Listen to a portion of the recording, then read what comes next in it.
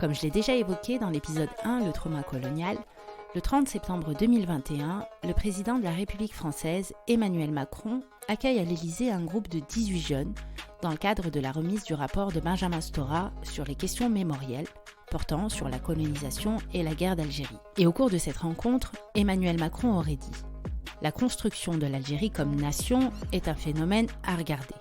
Est-ce qu'il y avait une nation algérienne avant la colonisation française? Ça, c'est la question. Il y avait de précédentes colonisations.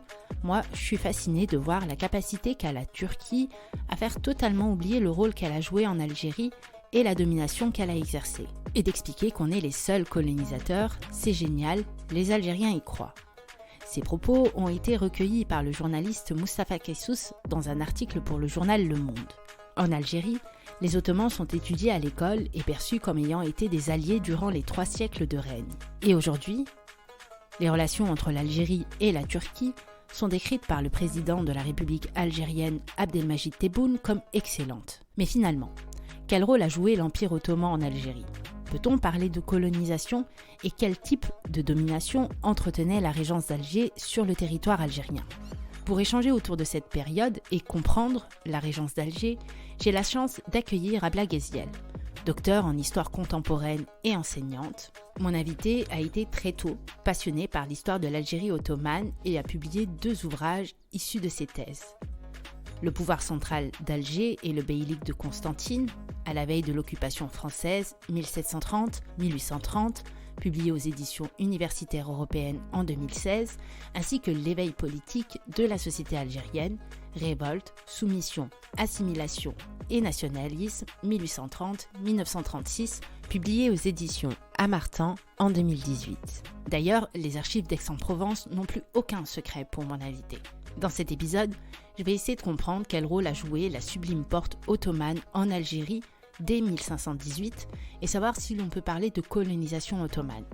Quelles étaient les relations avec le peuple algérien et s'il existait une domination ou un asservissement du peuple, mais aussi quelles étaient les relations avec la France avant 1830. Mais avant de commencer, je voulais savoir qu'est-ce qu'il en était de la situation sur le territoire algérien avant l'arrivée des Ottomans. C'était divisé en 3 grandes dynasties régnées, les Mérinides, les Ianides et les Hafsides. Et donc chacun vaguait à ses occupations, mais il n'y avait pas cette unité, surtout que si on doit remonter dans le passé, on va voir que ces dynasties, ce sont les restes des Almohades, Al-Mouwahidines. Et donc là, qui prenaient un islam radical, un retour vers les origines. Donc à partir de ce moment-là, il y a eu des querelles intestines par rapport au pouvoir, et donc cette dynastie a complètement éclaté et a donné lieu à ces 3 dynasties qui ont régné sur le Maghreb. Quand les Turcs ils arrivent, déjà ils vont avoir ce problème de ces dynasties-là qui vont pas se laisser faire et qui vont faire en sorte de s'allier aux tribus, les Kabyles, les Arabes, pour faire un barrage à cette nouvelle présence, cette nouvelle colonisation qui, même si les Algériens ne la reconnaissent pas en tant que telle, voilà. Donc certes, il faut pas aussi oublier, on va pas la comparer à la colonisation française, on est dans 2 registres différents, mais les Turcs étaient bien là en tant qu'élément dominant. On l'a vu aujourd'hui en France, la question de nation pour l'Algérie avant la colonisation fait toujours débat. Dans l'épisode 2, les tribus en Algérie avec l'anthropologue Yazid Benounet, on a échangé sur le concept de tribu et l'organisation sociale. Et on a vu que dans une perspective évolutionniste, les tribus n'ont pas encore atteint le stade de cité-État. Et comme nous l'avons évoqué, il existait plusieurs types de tribus. Avant 1830, l'Empire ottoman a joué sur le territoire différents rôles durant 3 siècles. Et on peut lire que les 2 frères, Barberousse, Arrouch et Khaireddin, ont été les fondateurs de l'État algérien en 1518. Et je voulais savoir qu'est-ce qu'il en était. Pour dire qu'ils ont fondé un État, peut-être, on est bien dans un État militaire. Moi, je vois plus que ça. L'Empire ottoman a fait de la régence d'Alger et même la régence de Tunis et de Tripoli à l'époque, ils ont fait des bases militaires. Il vaut mieux l'avoir en tant que base militaire. Ils n'ont pas comme un État tel qu'on le conçoit dans la conception contemporaine ou un État avec ses institutions un peuple, une nation où tout le monde peut y participer démocratiquement. Loin de là. Si on revient à la fondation de la Régence, donc on sait que, mais peut-être avant aussi, il faudrait reparler, un petit peu remettre les faits dans leur contexte, où à partir de 1492, on a une seconde phase de la Reconquista des rois catholiques, Isabelle de Castille, Ferdinand d'Aragon, avec le cardinal de Cisneros. Donc, ils entament la deuxième phase, où l'Espagne doit devenir une Espagne catholique chrétienne. Donc, ceux qui voulaient se convertir pouvaient le faire, ceux qui ne voulaient pas devaient quitter l'Espagne. Donc, on va avoir les Juifs, les Andalous, enfin les morts qui vont voilà, qui vont se diriger vers le Maghreb. Donc, c'est là ils ont besoin d'aide pour faire cette traversée. Et c'est là que vont rentrer les frères Barberousse. D'abord à Rouge, qui va faire cette traversée, qui va prêter main forte, mais c'est tout. On a cette tendance à dire oui, 1492, c'est Arrouche qui rentre en scène. Non, il y a eu plusieurs corsaires qui louaient leur service à l'Empire ottoman. Et voilà, ils les accompagnaient pour qu'il n'y ait aucun souci pendant cette traversée de la Méditerranée. Ou véritablement Arrouge, quelques mots aussi. Alors, ils sont d'origine grecque. Les frères Barberousse étaient au début 4. On a Arrouge, Khayreddin, Ishaq et Ilyes. Donc, les deux qui vont occuper la scène politique, ou si vous voulez la scène des événements, ça va être d'abord dans un premier temps Arrouge, qui lui va, alors, est-ce qu'il était musulman ou pas, d'origine musulmane? Ça, il y a plusieurs théories. Tout ce que l'on sait, c'est qu'ils sont qui sont grecs, issus de la petite île Lesbos. Ils sont fils d'un potier. Ils avaient des soucis financiers, la misère. Donc Arrouj va s'engager sur les galiotes ottomanes. Maintenant, est-ce qu'il s'est converti à l'islam? Ça, c'était chose fréquente. Ou quand on voulait aller faire partie des corsaires, il fallait se convertir et pour avoir tous les privilèges qui y allaient. Ça peut être une hypothèse. Dans l'historiographie algérienne, on dit non. Ils étaient d'origine musulmane, ils s'étaient convertis, ils étaient musulmans de par leur père. Ça, on va pas rentrer dans les détails. Donc, ça va nous mener sur une autre polémique. On va la laisser de côté.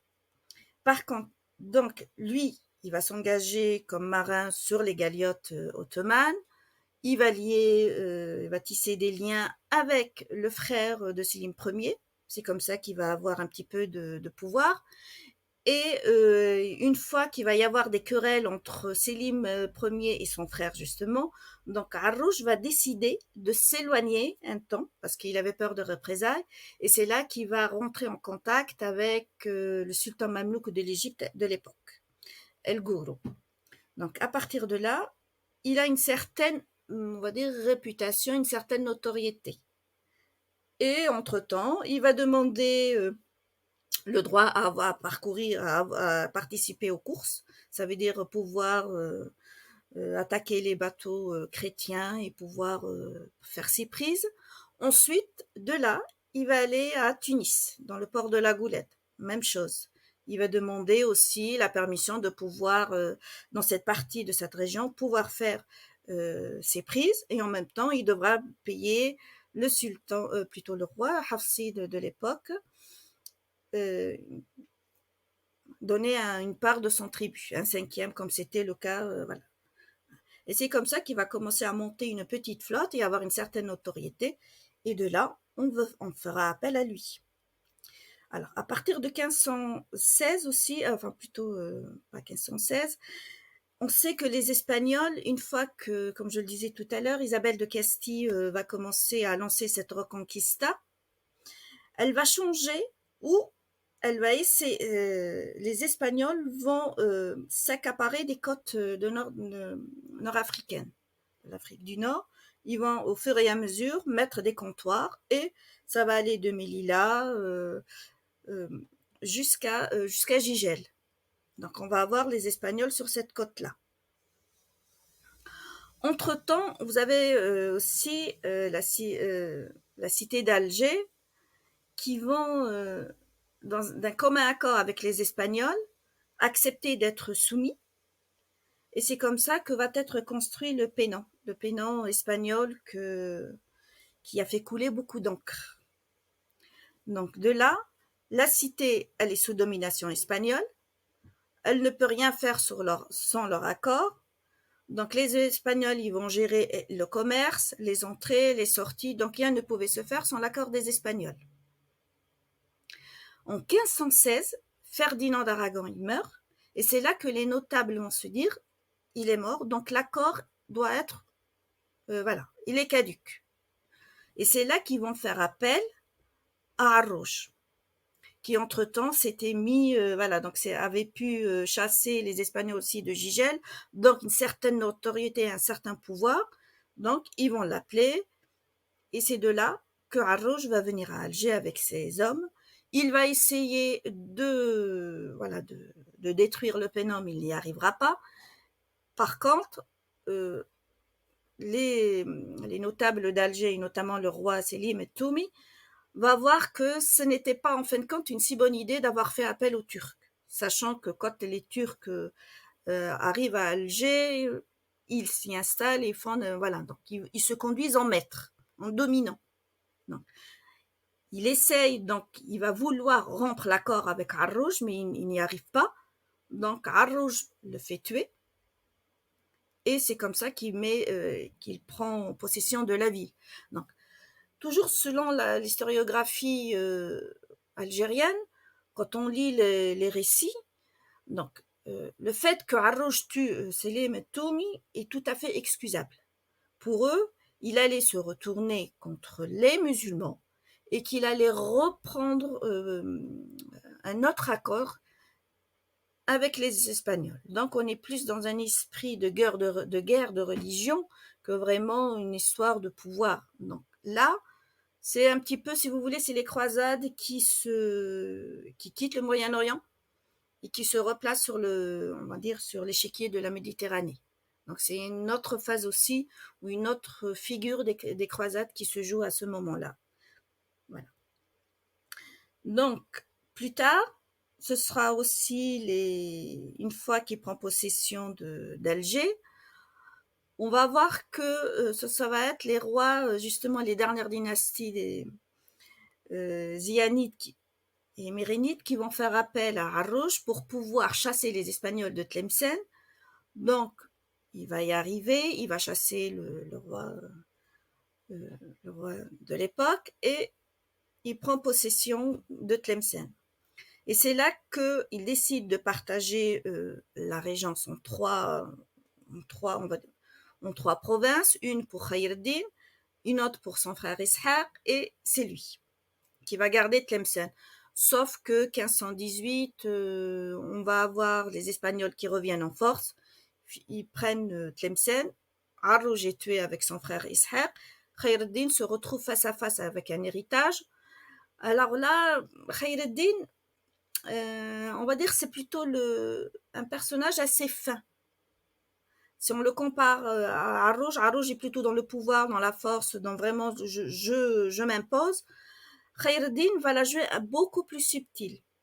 Donc, il va arriver une fois que Tlemcen est aux mains des Espagnols, ils vont vers Alger, il arrive à les repousser une fois. Donc, le danger est repoussé. Là, si on en croit une chronique qu'a écrit Sinan Chaouch, lui c'est un agent, un fonctionnaire et contemporain des événements. Lui, il nous rapporte qu'une fois que Khayr-Din arrive à repousser les Turcs, il va rassembler les notables de la cité d'Alger et il va leur tenir un discours et il va leur dire, voilà, moi ma mission est finie, je ne suis un simple étranger. Donc déjà là, ce mot-là nous met un petit peu, on va dire, la puce à l'oreille, donc il ne se considère pas vraiment, il ne fait pas partie de la régence, il est venu juste faire un travail, une mission, comme quoi défendre les musulmans contre les chrétiens. Maintenant que son travail est fini, il faut qu'il parte.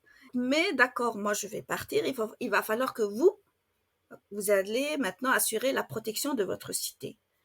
Mais voilà, donc il essaye un petit peu aussi, il joue sur la peur de l'ennemi. Une fois que je serai parti, il n'y aura plus personne pour vous défendre. Et il va falloir que vous le fassiez vous-même. Et avec ces temps qui courent, on a l'ennemi. Donc moi, ce que je vous propose, c'est d'envoyer une mission au sultan ottoman et de vous mettre sous sa protection. Là, on est en 1518. Et c'est de là. Donc, l'Empire ottoman, le sultan accepte cette offre. On va avoir pas mal de cadeaux. Il va lui envoyer 2000 janissaires. Donc, et il le nomme le pacha des trois futures provinces, Tripoli et Tunis. Sachant que Tunis ne devient régence ottomane que vers 1574. Donc, on a les trois régences qui sont là. C'est comme ça que Alger entre dans le giron des Ottomans.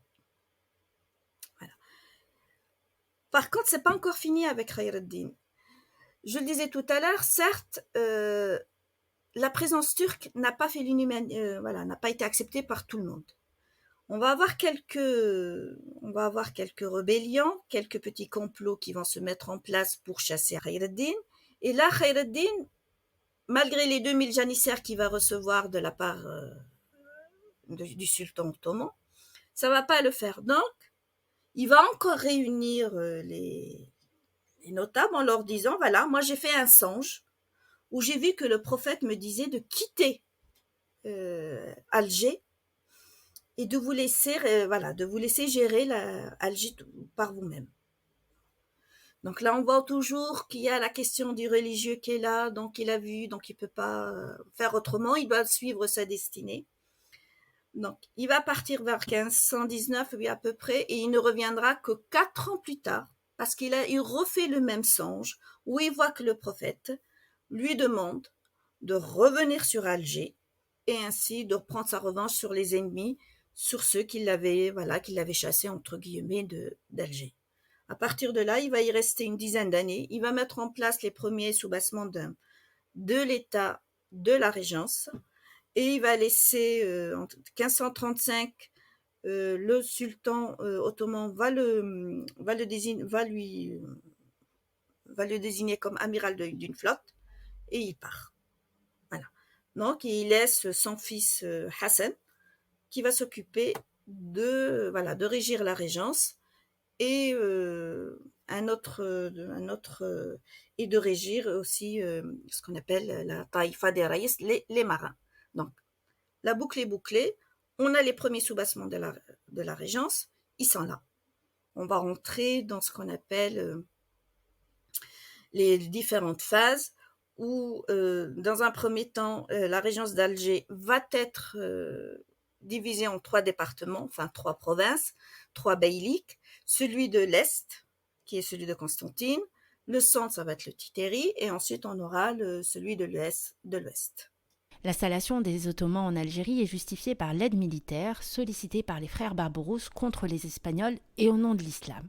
Et je me demandais comment s'organisait à cette époque la régence d'Alger sur le territoire algérien. On est à un moment où on a besoin d'un champion, on a besoin de revivre cet âge d'or de l'islam. Et quand on voit qu'il y a l'Empire ottoman qui fait face et qui se met et qui chasse les chrétiens, qui ose défier les chrétiens, oui, on va les accepter, et ça grâce aux confréries et à certaines tribus arabes et berbères. Et on va voir que plus tard dans le débat que par rapport à la régence d'Alger, le lien avec les populations ne sera jamais le même. Donc, si au centre d'Alger, le pouvoir central d'Alger, Dar Sultan, on va complètement mettre de côté les populations, que ce soit les Kabyles, les Arabes, on va les mettre de côté. Et dans l'organisation même, il ne sera pas question d'avoir des éléments arabes qui vont venir travailler ou donner leur avis sur telle ou telle chose de la régence. Non. Ce sera l'élément turc qui sera le plus dominant. Surtout qu'on sait que cette hiérarchie pyramidale de cette société de la Régence, on va voir dans un premier temps, ça va être les Turcs. Ensuite, on va voir les Koligli qui sont les descendants des femmes mauresques et des Turcs. Ensuite, on va avoir les Maures qui ont joué à ce qu'ils ont joué un rôle véritable dans la société de l'époque. Ça reste à voir, ou dans la mesure où on sait que, par exemple, Hamdan Khoja, qui était un contemporain du 19e siècle, qui a été contemporain de la colonisation française, lorsqu'il écrit sur la société, il dit les morts, eux, n'ont pas voulu voilà, participer à l'organisation. Ils ont préféré laisser tout ça aux Turcs. Voilà, c'était plus simple pour eux. Mais moi, je conteste carrément cette thèse, où dans la mesure où on sait que les Maures, quand même, en Espagne, ont eu un certain pouvoir, une certaine présence, du jour au lendemain, ils vont rester dans une espèce, ils vont être complètement rejetés, vont s'occuper de leur commerce et ils n'auront aucun mot à dire. Ça reste un petit peu, voilà.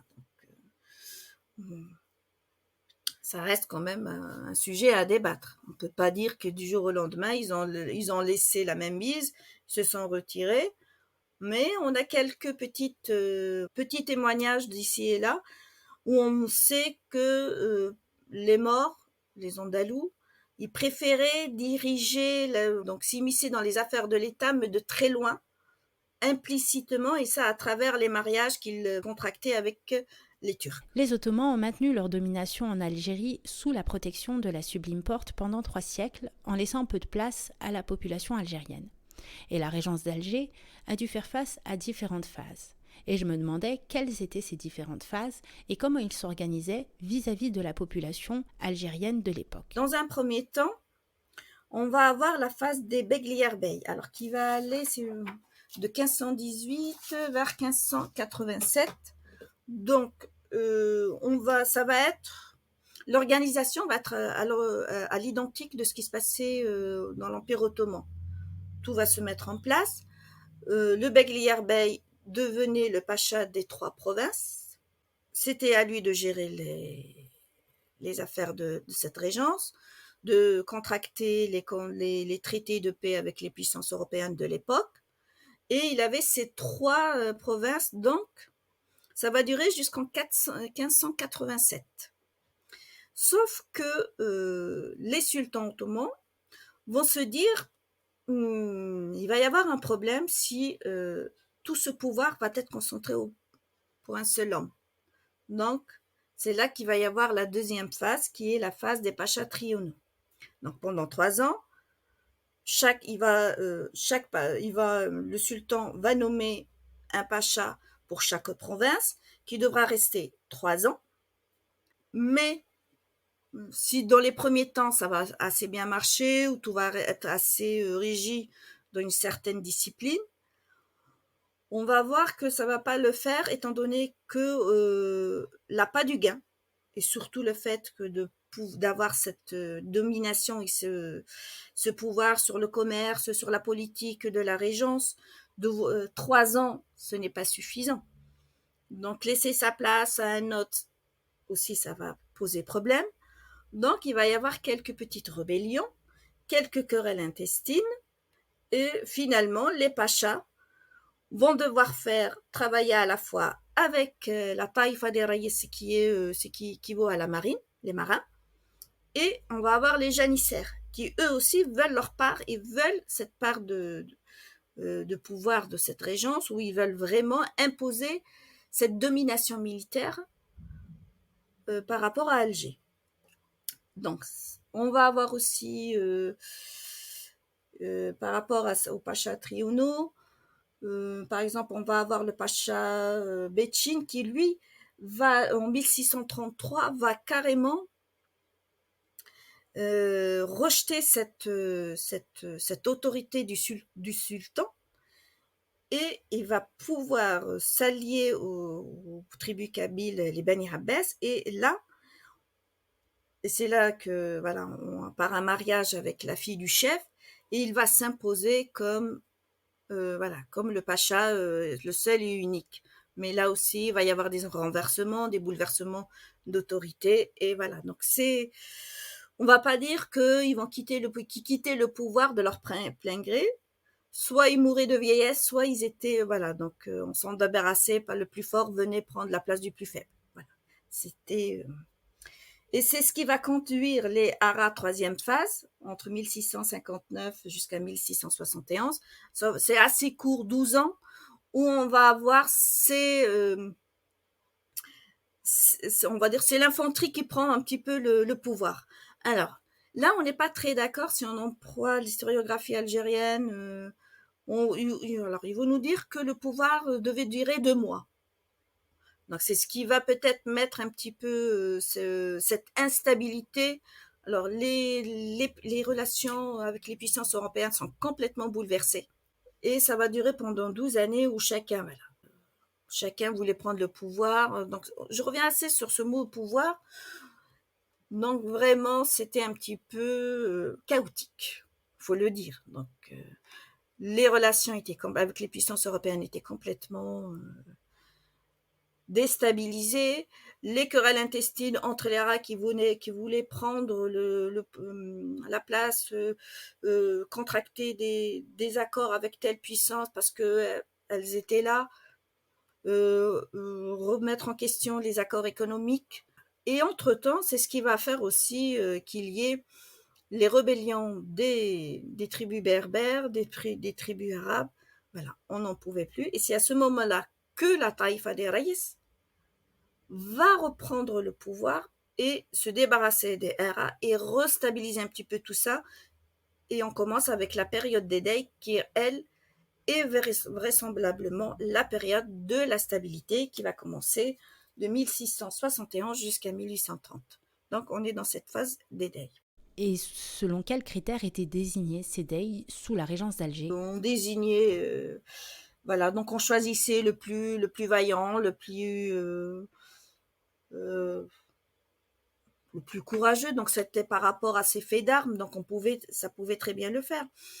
Alors il y avait parfois des choix bizarres qui se passaient. Donc par exemple, Korabdi, un Dey.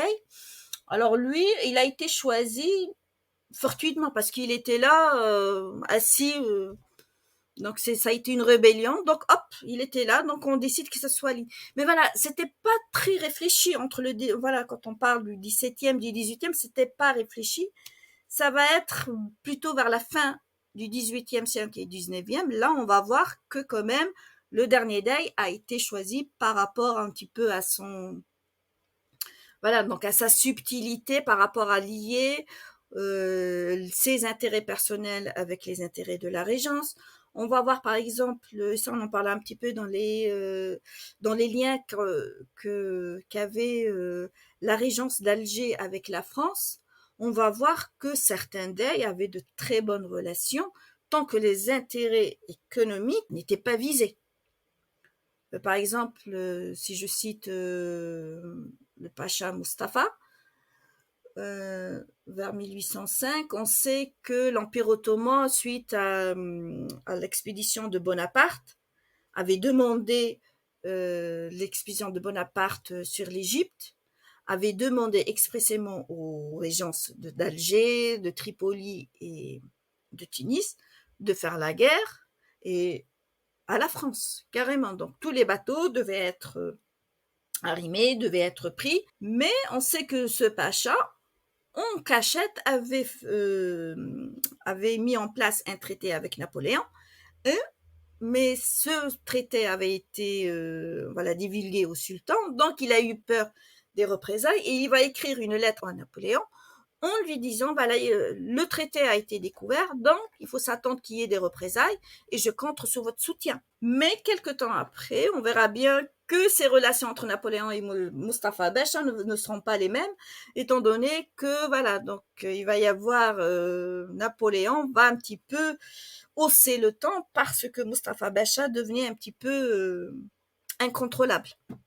Et il n'hésitera pas à le menaçant, lui disait, moi j'ai pu mettre fin à la dynastie des Mamelouks, ça sera facile de faire la même chose avec la régence d'Alger. Donc on voit que les relations, c'était plutôt je t'aime, moi non plus. Donc c'est vraiment des relations assez... tout était régi par les intérêts. Les intérêts politiques. Si ça servait la régence d'Alger, c'était très bien. Ça pouvait être une paix pour tout le monde.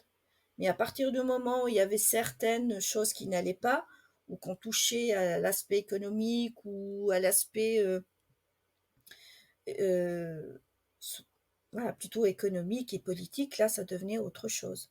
Et c'était aussi la même chose. Par exemple, les relations avec surtout avec la régence de Tunis n'étaient pas d'un calme où c'était vraiment un respect mutuel, non. Surtout que on sait que comme il y avait cette dynastie hafside qui s'étendait jusqu'à l'est de Constantine, la province de Constantine, alors les Tunisiens voyaient en Constantine un prolongement de leur dynastie, de leur territoire, alors que de côté d'Alger, la Tunisie pouvait être le quatrième beylik, la quatrième province. Donc ça a toujours été des relations très houleuses. Les Dey, progressivement, réussissent à se défaire de l'autorité du sultan de la Sublime Porte en proclamant une certaine indépendance. Et comment celle-ci, elle s'organisait finalement? On va avoir un Dey, Chaouch, du nom de Chaouch, qui va écrire au sultan ottoman en lui disant que ce n'était plus la peine d'envoyer un pacha pour venir superviser le tout, que dorénavant, qu'il serait préférable que on choisisse, que ce soit eux, les janissaires d'Alger, c'est à eux de choisir un chef qui les représente. Bien sûr, et tout en gardant cette suzeraineté, cette vassalité vis-à-vis de l'Empire ottoman, qu'il serait là toujours pour les aider avec la flotte, le tribut serait toujours envoyé dans les circonstances, mais que le sultan n'avait plus maintenant à choisir un dey parmi eux. C'est ce qui va faire en sorte que la régence va prendre de plus en plus de l'autonomie. Donc les puissances européennes n'avaient plus à passer par l'Empire ottoman pour essayer d'avoir des traités, des exploitations ou avoir des consulats. Donc tout se faisait à partir d'Alger. Et c'est ce qui fait que on dit oui, l'Algérie était indépendante, qu'il s'organisait comme il le voulait, qu'il traitait avec qui il voulait, selon les intérêts de la régence. Certes, on peut parler d'un État militaire, on peut parler, oui, mais où se trouve le rôle des populations? Si on part du principe que c'était un État, oui, ça, il n'y a pas de souci avec. Ils avaient leur propre étendard, leur propre organisation, ils avaient leurs propres armes, leur propre flotte. Ça marchait très bien. Mais le rôle des populations dans tout ça, est-ce que véritablement ils avaient ce sentiment d'une nation, qu'ils appartenaient à une même nation? Non. Et même dans les documents d'archives que j'ai eu à consulter, quand les chefs influents parlent de la tribu ou parlent de leur territoire, il n'est jamais question de dire Watan, Daoula. Non, ce n'est que plus tard, à partir de 1830, où ça c'est enfin une autre phase de l'histoire algérienne, où on va commencer à se poser des questions. Mais dans la conception du XVIIIe et du XIXe siècle, on ne peut pas encore parler de nation unie ou de nationalisme, ruh al-qawmiya. Peut-être on peut parler de l'Umma al-Islamiyya étant donné qu'on appartenait à la communauté musulmane, oui, mais avoir sa propre identité et dire qu'il se considérait comme algérien, non, c'est encore trop tôt. En fonction, c'est vrai que quand on se penche sur l'historiographie algérienne ou les témoignages, les archives, on voit bien que cette organisation, quand il s'agit du pouvoir central d'Alger, n'est pas le même. Par exemple, si on prend le contexte dans les beyliks. Donc, par exemple, si je prends le beylik de Constantine que je connais le mieux, les beys qui étaient nommés, eux avaient compris dès le début que leur intérêt était de lier des liens et de faire participer les grands chefs influents à l'organisation des beyliks et non pas les rejeter comme c'était le cas dans le pouvoir central d'Alger, où il n'y avait que les Turcs qui étaient là. Bien sûr, quelques religieux pouvaient, bon, parce que c'était des religieux, même qu'il y avait le mufti, l'imam hanafite, parce que les Turcs sont de rite hanafite, et pour les autres populations, c'était le rite malékite. Donc, il y avait deux imams, deux muftis qui s'occupaient des affaires religieuses. Mais dans les beyliks, dans les provinces, que ce soit d'Oran ou le Titeri ou Constantine, les grands chefs des grandes tribus participaient à cette organisation dans la vie du beylik, et c'était eux qui étaient censés aller sortir dans les provinces, ramasser, réunir les impôts et surtout punir les tribus récalcitrantes qui ne voulaient pas payer les dîmes, qui au fur et à mesure du temps et progressivement devenaient de plus en plus lourds.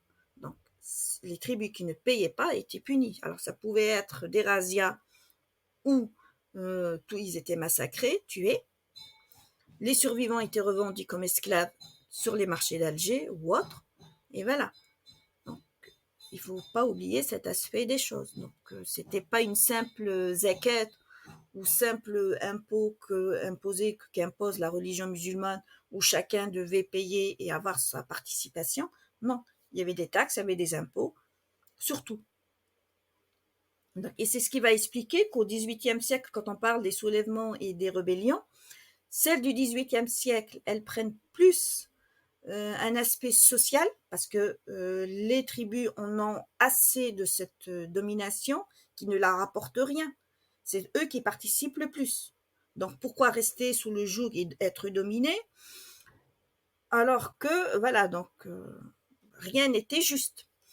Et au XIXe siècle, on va voir que les rébellions vont prendre un autre aspect, surtout qu'on va avoir les rites, enfin plutôt le courant wahhabisme, vu qu'il y avait les pèlerinages. Donc on voit que les Turcs, surtout que les Ottomans sont plutôt, l'Empire ottoman rentre dans sa phase de faiblesse où il doit composer avec les puissances européennes et changer carrément son cadre, son organisation et même cet aspect par rapport à ces provinces, surtout que le monde arabe en tant que tel n'existait pas tel qu'on le connaît aujourd'hui. Quand on parle du monde arabe à l'époque ottomane, c'était des provinces qui étaient régies et dominées par l'Empire ottoman, tout simplement. Et comment les tribus de l'Algérie de l'époque subissent cette cohabitation avec les Ottomans? La phase des Dey, comme je le disais, c'est la phase de la stabilité. Est-ce qu'il y a eu vraiment une accalmie? Je dirais que non, parce que dès le début, quand Arrouj arrive, certes, il va s'allier à certaines tribus, dans un premier temps avec le royaume de Koukou, donc là aussi avec leur chef, le Ben Qadi, certes, parce qu'il y avait un intérêt commun, c'était les Espagnols. C'était cette présence chrétienne qui était là, donc il fallait s'en débarrasser aussi, parce que il le fallait. L'ennemi commun donc les a réunis. Mais ça ne va pas empêcher quelque temps après, où Ben Qadi va trahir Arrouj, va trahir Khaireddin. D'ailleurs, c'est lui qui le forcera un petit peu, ce qui va le chasser de la régence d'Alger. Khaireddin va revenir, on va lui offrir sa tête sur un plateau. Mais ce qui est sûr, c'est quand on consulte de part et d'autre les archives, on sait très bien que les Berbères n'ont jamais accepté cette domination. Et même dans le 18e, avec Cheikh al-Zahar, ce qui est un contemporain qui a écrit un ouvrage où il décrit la régence du 18e, quand il parle des insurrections et surtout de la tribu des Flissa qui a été la plus, on va dire, celle qui a été la plus combative, celle qui a vraiment était la plus, avec les peu de moyens qu'elle pouvait, faire face à cette domination. Et voilà, donc pour Az-Zahar, ce sont des barbares. Ils n'ont de nom que musulmans.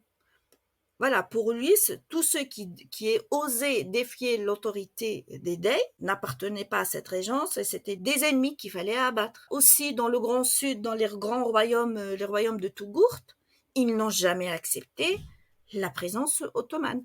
Et les Ottomans n'ont jamais tenté de vouloir s'imposer dans le Grand Sud. On peut dire que la limite arrivait peut-être aux Iban, voilà. Biskra aujourd'hui, mais pas plus.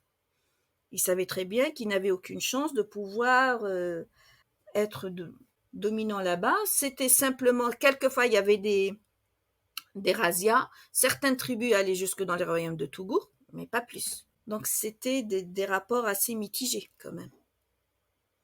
Et c'est pour ça que, voilà, donc on dit, est-ce que colonisés ou pas colonisateurs, certes, ils ont colonisé, ça ne s'est pas fait dans la douceur.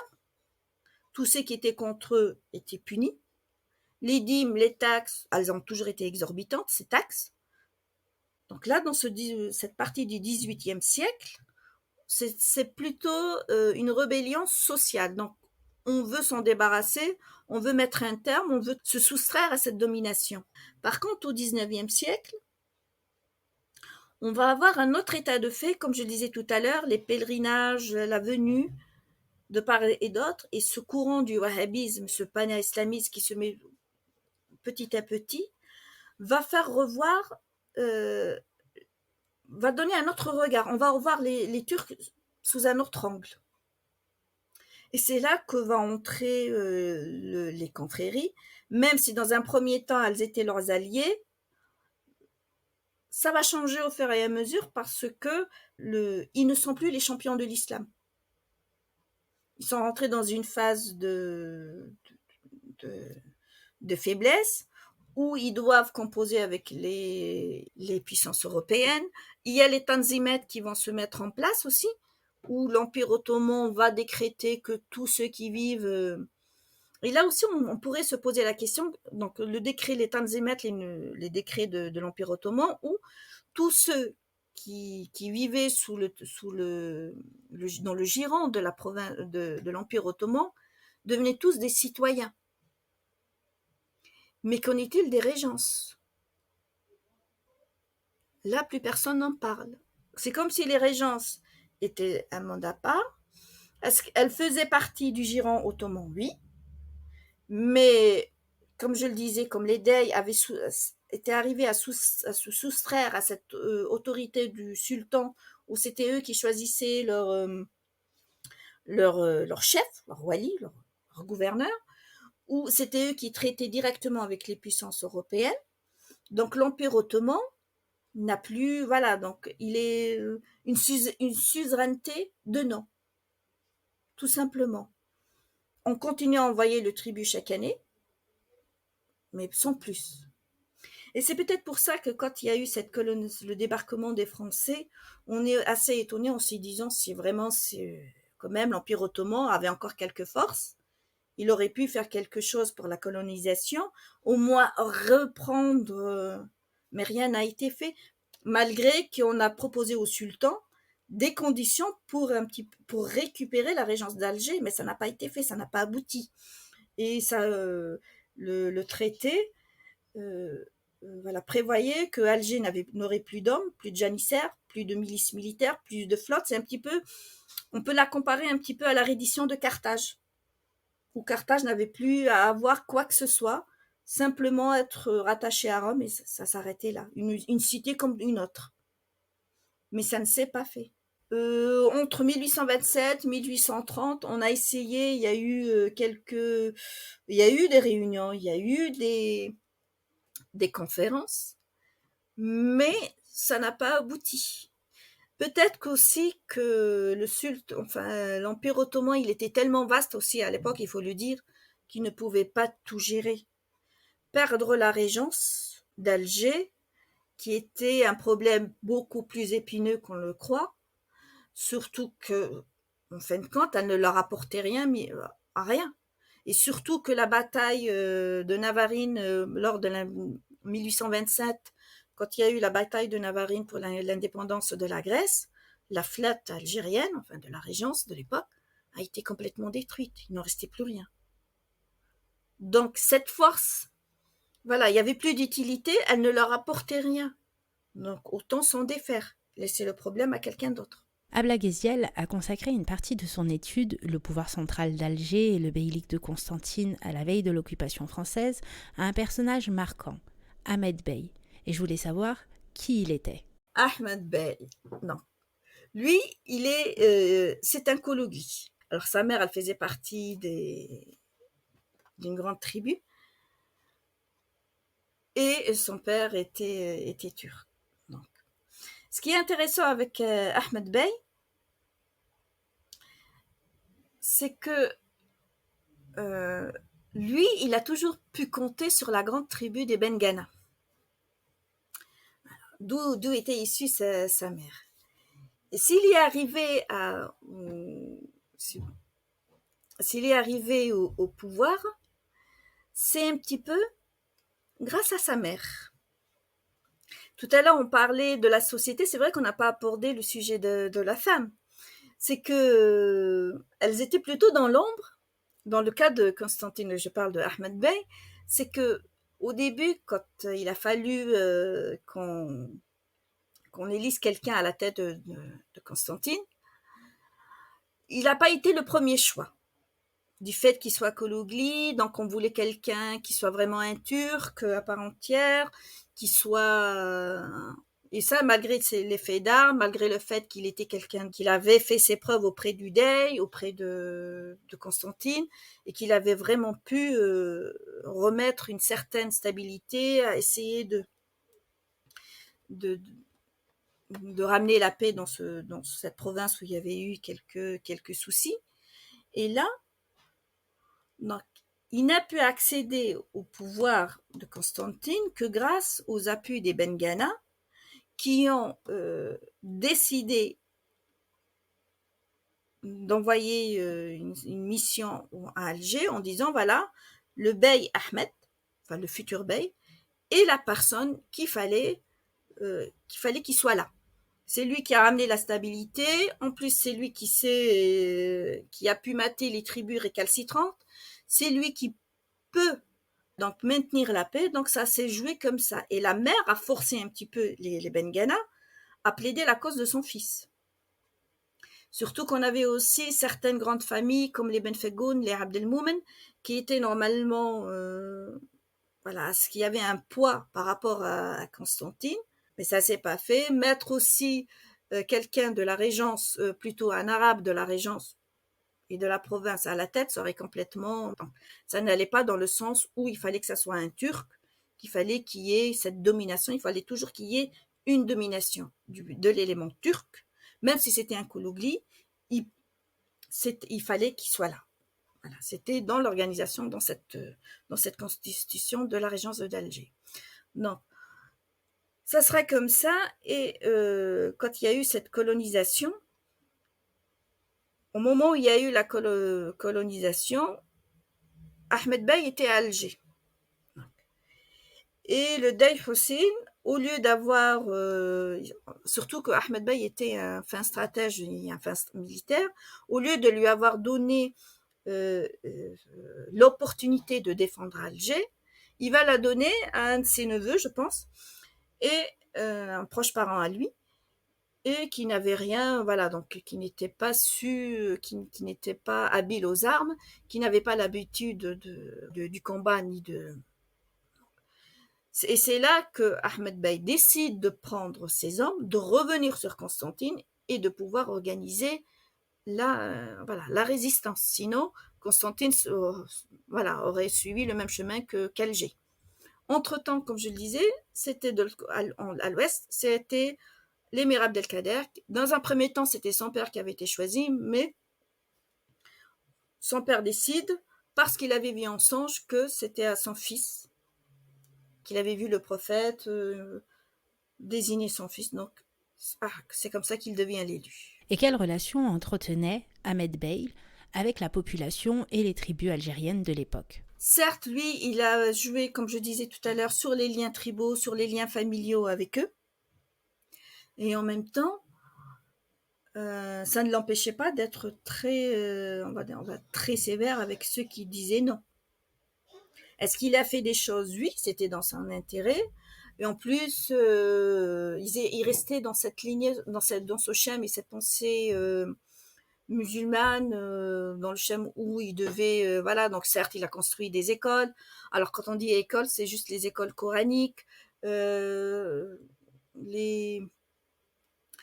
les écoles coraniques, les mosquées, les biens habous, les awqaf. Donc tout ça, ça se rejoignait un petit peu. Certes, il a été, est-ce qu'il a été tendre avec les populations? Non. Quand il s'agissait de punir, il ne faisait pas de distinction. Donc si quelque chose n'allait pas, il pouvait, voilà. Donc il était à la fois redoutable, oui. Est-ce qu'il était prévenant avec les populations? Ça dépendait desquelles. Il savait très bien qu'il n'avait pas à se mettre, par exemple, à dos les Bengana. Parce qu'après, les Bengana, on verra qu'ils n'hésiteront pas à le trahir, à le laisser, voilà, donc, et à lier, il sera lié aux forces françaises quand elles ont débarqué. Donc certes, ils l'ont mis au pouvoir, et en même temps, c'est eux qui l'ont déchu quelque part. Et qu'en est-il d'un autre personnage marquant, Bey de Constantine, qui régna de 1771 à 1792, Salah Bey? Alors lui, moi, comme je dis, est-ce qu'il est victime ou est-ce qu'il est despote de son succès? Certes, il était bienveillant envers les populations et que les populations l'appréciaient beaucoup, mais ça ne l'empêchait pas d'être extrêmement cruel avec les autres, hein. Quand il se mettait à faire ses expéditions, voilà, il ne faisait pas ça dans la dentelle. Donc c'était vraiment, on exterminait, on massacrait, on prenait. Ça ne le Voilà, donc pouvoir exterminer toute une tribu, ça ne posait pas de problème. On a toujours un pouvoir qui va s'exercer par la violence. Et c'est pour ça que je dis, si vous dites avec bienveillance, ça remet en question cette présence, parce que ça ne s'est jamais fait.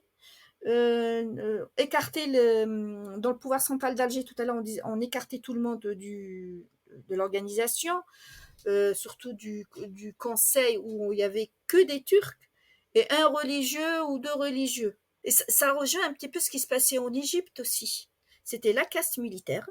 Tant que Mohamed Ali n'avait pas mis un terme au Mamelouk, au dernier Mamelouk, là, tout allait bien. Une fois que lui, il a pris le pouvoir, il a compris qu'il fallait qu'il mette un terme qui sépare la caste militaire, la caste religieuse, et c'est lui, on peut dire que lui, il peut être considéré comme, déjà qu'il a la région, enfin, ce qu'on peut dire régence d'Égypte, peut-être, mais il a su en faire une dynastie, chose qui ne s'est pas faite avec la régence d'Alger, au contraire de la Tunisie, qui eux ont pu mettre en place deux dynasties, les Mouradites, ensuite les Husseinites, et ça a été jusqu'à Bourguiba, qui lui va mettre un terme, complètement éradiquer la dynastie des Husseinites et prendre le pouvoir à son tour. Donc voilà, donc ça se rejoint un petit peu. On peut lire qu'il a existé un événement qui aurait marqué l'histoire de l'Algérie et de la France, c'est le célèbre coup de l'éventail. L'excuse officielle, c'est le coup de l'éventail. Bon, on peut comprendre. Mais si on voit les archives et si on consulte les archives, on verra que le coup de l'éventail par rapport à ce que faisaient ou avaient fait les Dey d'Alger, que ce soit au 16e ou 17e ou 18e, c'était rien du tout. Parce qu'il est arrivé qu'ils avaient pris un consul, ils n'avaient pas hésité à l'attacher à la bouche du canon et le faire sauter. Donc entre coup d'éventail et un coup de canon pareil, on se dit pourquoi la France n'a pas envoyé toute la flotte cette année-là. Eh bien non. Donc les coups de l'éventail est une raison parmi tant d'autres. 1827, le 29 avril 1827, c'est la fin du Ramadan, c'est le premier jour de l'Aïd. Donc d'ordinaire, les puissances européennes, enfin les consuls qui étaient là ou les représentants des puissances, venaient et présentaient leurs vœux. On sait qu'en 1794, la France passait par une mauvaise passe et à travers deux négociateurs, le Dey Hassan avait prêté de l'argent, avait vendu du blé à crédit à la France. Moi, voilà, en attendant que ça se passe en 1794 à peu près. Alger a tenté plusieurs fois sous le consulat, sous la Restauration, de récupérer cet argent qui ne venait pas. Et ce jour-là, le consul de Val arrive. Le Dey Hussein lui rappelle qu'il a envoyé plusieurs missives au roi de France pour pouvoir réclamer son argent et que jusqu'à présent, il n'avait reçu aucune réponse. Et c'est là que, si on en croit les versions, plutôt le consul Pierre de Val répond que le roi de France a autre chose à faire que répondre à un simple Dey. Enfin, voilà, donc, qu'il n'avait pas de temps à lui accorder. La version qui dit, outré par cette réponse, le Dey Hussein aurait montré la porte avec son éventail et qu'il lui aurait effleuré la joue.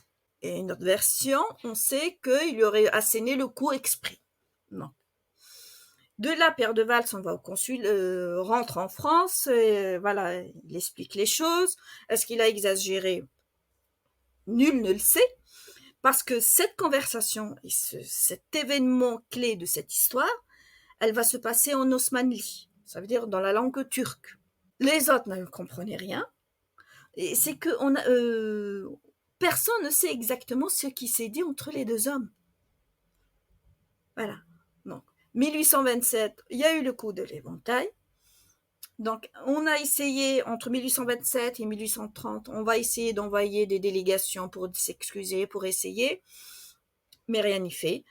Le Dey Hussein campe sur ses positions. Pour lui, il n'a pas à s'excuser, c'est plutôt à la France de s'excuser.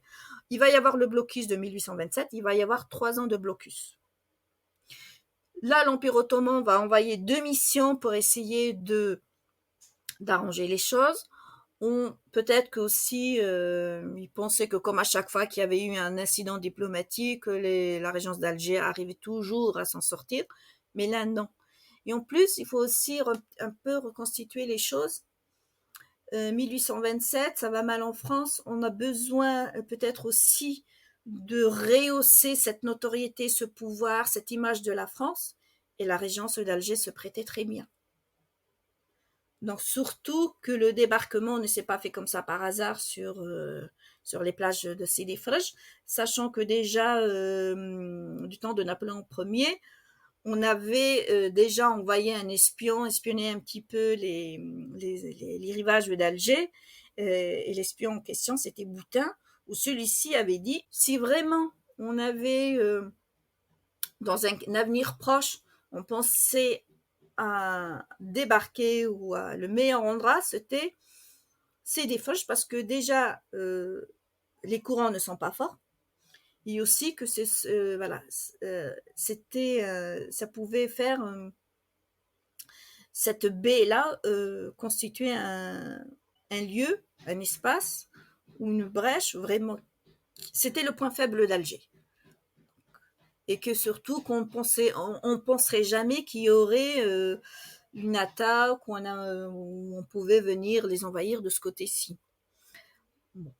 Le choix, malheureusement, à l'époque de Napoléon Ier, est-ce que c'était Alger, est-ce que c'était l'Égypte? Et bien son choix s'est porté sur l'Égypte, et ce mémoire qu'avait écrit Boutin était resté dans les tiroirs, comme ça, dans les archives, et c'est comme ça qu'il ressort au 19e siècle, et on se dit, tiens, là, ça peut le faire. Et c'est comme ça qu'il débarque le 14 juin.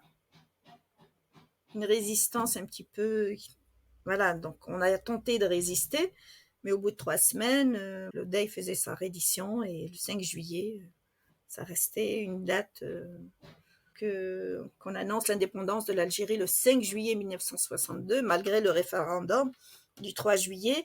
On a pris cette date qui était symbolique, du 5 juillet 1830 au 5 juillet 1962. Donc il fallait qu'on marque les esprits. Avant la conquête de l'Algérie, la France et Charles X traversent une phase difficile. Et Abla Gheziel évoque le mythe du trésor d'Alger et je voulais en savoir un peu plus sur ce mythe. Alors, le trésor d'Alger, on parlait du coup de l'éventail. Ça, c'est une excuse parmi tant d'autres. Mais compte tenu des circonstances et du contexte politique de la France à l'époque, on voulait redorer apporter cette image de grandeur de la France. Et d'un autre côté, on dit que le trésor d'Alger avait fait en sorte de dire que les dés d'Alger avaient un trésor considérable. Et c'est pour ça qu'il y a eu cette colonisation. Que même quand ils sont arrivés, les Français avaient bombardé la Casbah parce qu'ils pensaient que le trésor d'Alger avait été enfui sous les soubassements de la Casbah, qu'il y avait un trésor fabuleux qui les attendait. Donc, peut-être qu'il y avait on va dire quelques coffres d'or dans les citadelles, mais de dire que c'était un petit peu, que c'était un trésor fabuleux, que ça se comptait en millions d'or, de pièces d'or, moi, cette hypothèse, elle reste quand même un peu fragile, sachant que déjà à l'époque, la course ne ramenait plus d'argent, et c'est pour ça que les corsaires, la corporation des corsaires s'était retournée vers le commerce, mais malheureusement, comme il explique euh, que le noble Mérouche, qu'ils n'ont pas eu leur chance. Mais les ports européens n'avaient pas envie de travailler avec eux. Et ils avaient fait tout en sorte pour que échoue ce commerce. Donc, et c'est là que je me dis, moi, donc, déjà que avec le congrès de Vienne, le congrès d'Aix-la-Chapelle qui mettait fin en 1515 et 1518, ça mettait fin à l'esclavage, et que voilà, il fallait plus, qui mettait fin à l'esclavage. Donc la régence d'Alger n'avait plus de ses esclaves et c'est pour ça qu'il y avait eu que Lord Exmouth en 1516 avait été venu faire signer le traité au Dey. Celui-ci avait refusé, qu'il avait bombardé Alger, on a libéré les esclaves, donc tout ça. Donc déjà il y avait plus la course, il y avait plus les rentrées d'argent pour les esclaves. Euh, d'où venait ce trésor fabuleux. C'est un petit peu comme les conquistadors et l'Eldorado où on pensait qu'il y avait un trésor fabuleux, mais ben non.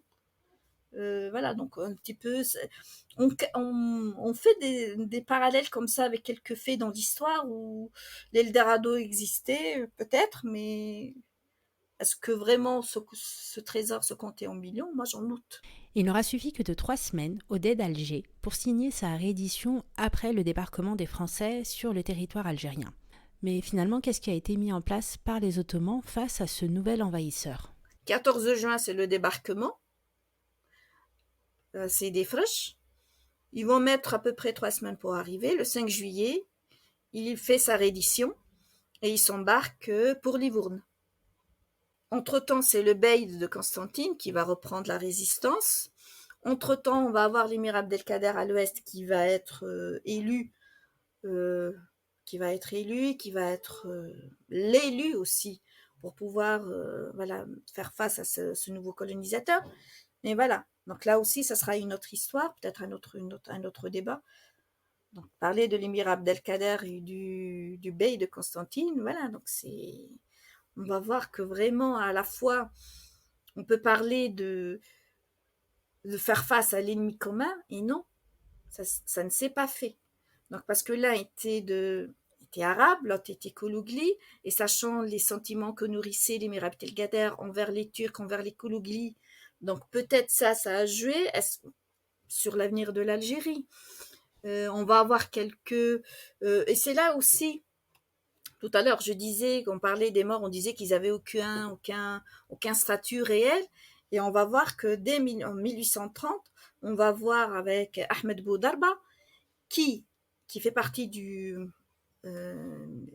était andalou, qui était mort, va tenter à son tour plaider pour la cause de la régence en disant Voilà, on n'a qu'à élire quelqu'un parmi nous et on sera suzerain de la France. Hamdan Khoja, tout à l'heure, je le citais, lui aussi va essayer de défendre la cause en disant oui, et ce serait intéressant de pouvoir mettre en place des compromis. On serait les suzerains de la France. Ensuite, on va avoir un autre personnage qui, lui aussi, au nom des tribus, va vouloir aussi négocier en disant qu'il est l'héritier de la régence d'Alger. Il va revenir sur l'époque médiévale. Donc, on va avoir tout un contexte. On va avoir une réflexion sur l'avenir de l'Algérie. Et les trois parties, que ce soit turc ou andalou ou arabe, ne vont jamais essayer de se lier ou d'apporter quelque chose de nouveau pour essayer de garantir cette indépendance-là. Et peut-être que l'histoire de l'Algérie aurait été écrite autrement. Ce traité ou ce semblant de traité qui n'a pas été ratifié, où on avait proposé à l'Empire ottoman de reprendre de reprendre Alger sur certaines conditions, mais ça ressemble à la reddition de Carthage. On s'est dit pourquoi ils l'ont pas fait. Et c'est là qu'on doit se poser la question. Moi, je veux bien. Moi, j'aime bien poser des questions. J'adore poser des questions, mais bon. Voilà, et quand on veut y répondre, voilà, donc comme je dis, moi, Zora Guichi, avec tout le respect que je lui dois, elle ne m'a pas convaincue du fait que c'était une présence bienveillante. Pour moi, non. Au même titre que les Vandales, au même titre que les autres, voilà, donc toutes les colonisations qui sont passées, Romains, Phéniciens, ça a été une colonisation, ça a été une présence. Voilà, donc il y avait un élément dominant, il y avait un autre qui était dominé, et c'est une domination qui ne s'est pas faite, voilà, dans l'allégresse. Et surtout qu'on voit bien que quand on suit les rébellions, les soulèvements, ça a été de le premier jour. Il y a eu les Koulougli, il y a eu les Kabyles, il y a eu certaines fois des alliances entre Koulougli et Berbères, il y a eu les Chaouïas des Aurès, il y a eu... C'est pas juste une partie de la régence. On voit même que voilà, donc à l'ouest, on va avoir les confréries, les Darkawi, la Tijani en 1821, ils se proclament indépendants et on n'en parle plus. Ils ne voulaient plus des Turcs en Algérie. Et ça, c'est bien avant la colonisation. Qui n'en voulaient plus, qu'ils avaient perverti l'islam, et surtout qu'on est dans un courant, il ne faut pas perdre aussi, il ne faut pas enfermer la régence d'Alger sur elle-même, en disant il n'y avait rien qui arrivait de l'Arabie Saoudite ou de l'Europe, non. Et quand on parle de nationalisme, le mouvement nationalisme, même en France, le printemps des peuples, c'est 1848. Voilà, donc il ne faut pas aussi mélanger les choses, il faut restituer les choses à leur époque, progressivement, sur la ligne du temps. Et parce qu'au début, est-ce que vraiment on voulait garder Alger? La question s'est posée, que faire d'Alger? C'était un petit peu, voilà, donc un cadeau empoisonné, quelque part. Voilà, jusqu'à 1834, il fallait 32, qu'est-ce qu'on va en faire? On la garde, on la restitue à l'Empire ottoman, et ça va finir, et ensuite on finit par, voilà, donc elle devient, c'est une possession française, ensuite elle devient département français. Donc et c'est là qu'on va la diviser en trois. Mais ils vont suivre exactement les Français quand ils débarquent, ils sont complètement, ils débarquent sur un terrain inconnu. Mis à part ce qu'ils avaient lu dans certains archives ou certains livres, bon, un territoire hostile, ils ne savent pas trop quoi en faire, à part la régence d'Alger et le baillique de Constantine, parce que c'était le plus riche. Les côtes, certes, elles sont intéressantes parce qu'il y a de quoi exploiter le corail. Est-ce qu'il y a des richesses? Oui. Est-ce que c'est une terre où on peut faire de l'agriculture? Là aussi, on était mitigé. Est-ce que ça n'allait pas encore engloutir plus de finances, surtout que la France passait pour une mauvaise passe?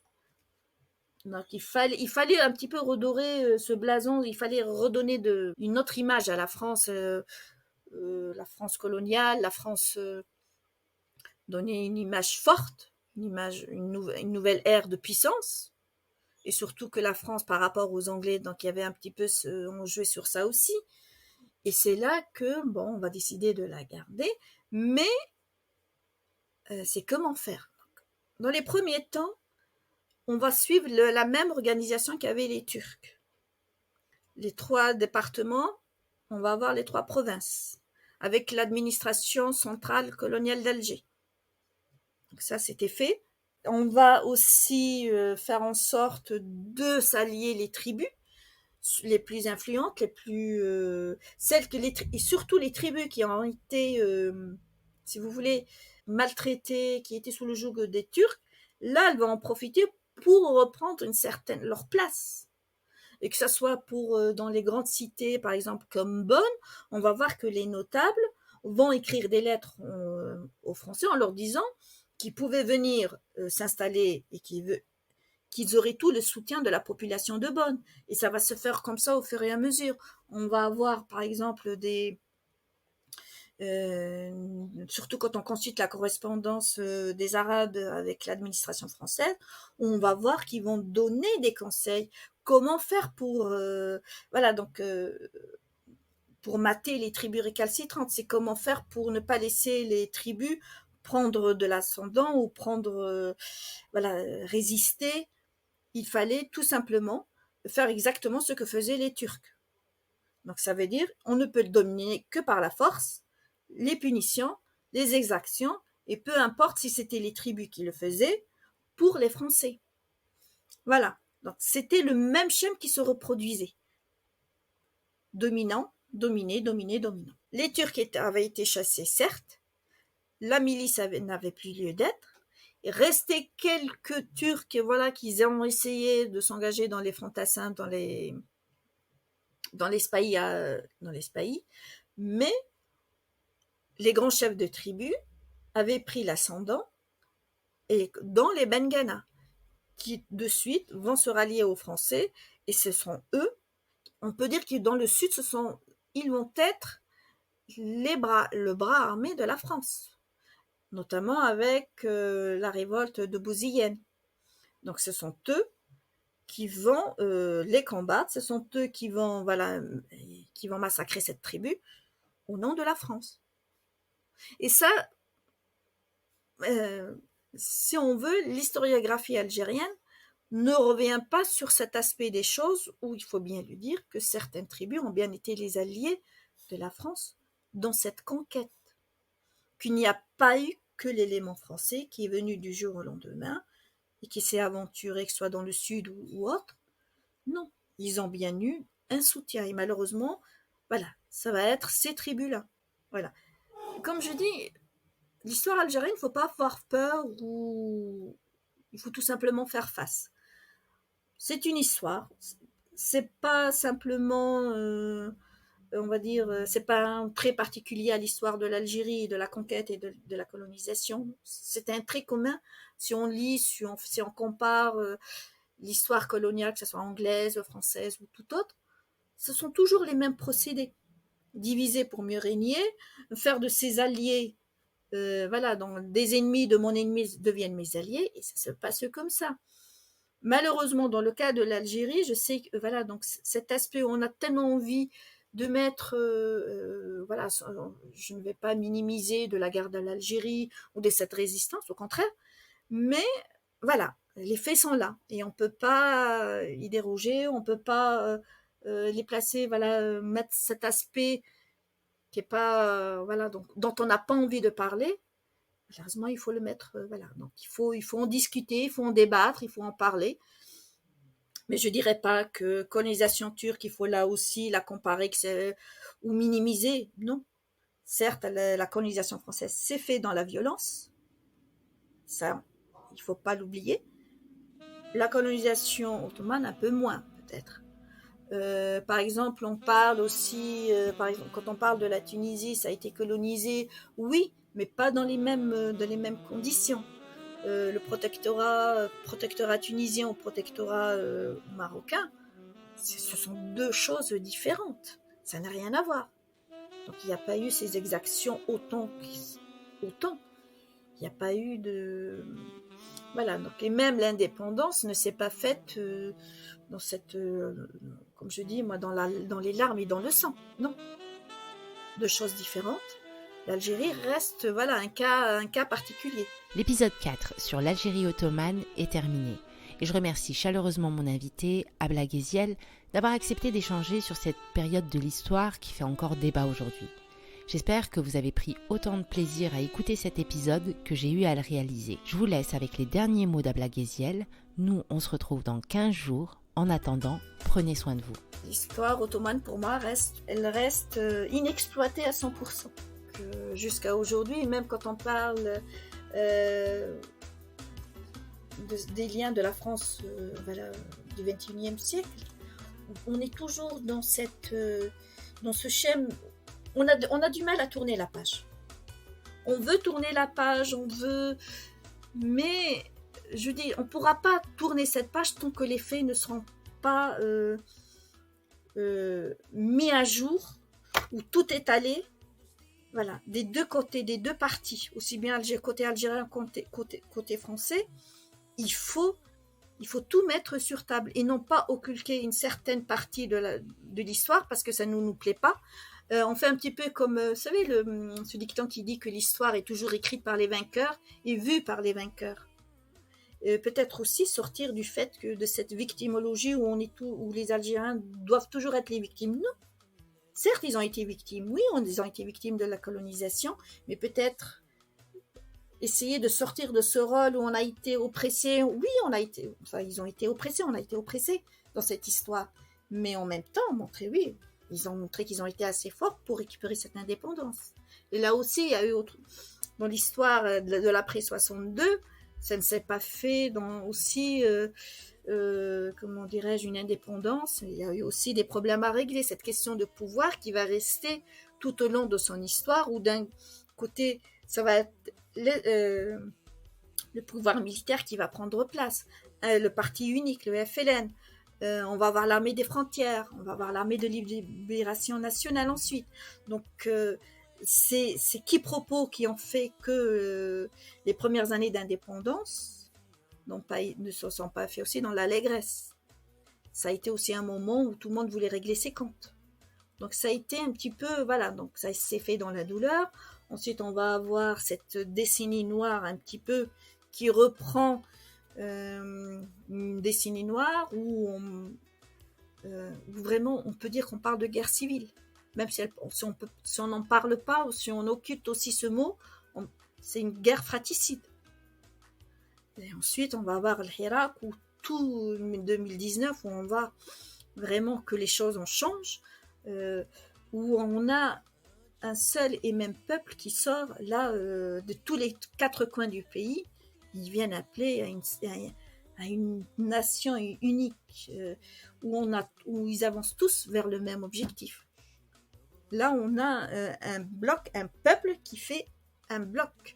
Et ça, c'est fabuleux. Quand on voit ce cheminement de l'histoire, il y a de quoi être fier.